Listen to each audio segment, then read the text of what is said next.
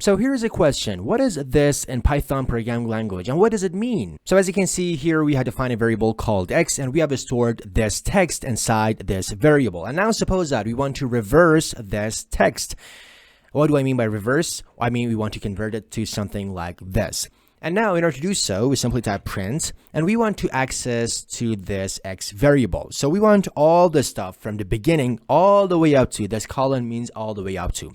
So from the beginning all the way up to the end, but with a step of -1. With the step of -1, it means we want to do all the stuff from the end and we want to use a negative step in order to move backward. So basically, this negative step means we want to move backward. As a matter of fact, we're using this, we're going to reverse the string. And now if I run the code, you can see we have reversed our string. And here are 2 videos which I suggest you to watch as well. And don't forget to subscribe for more videos like this.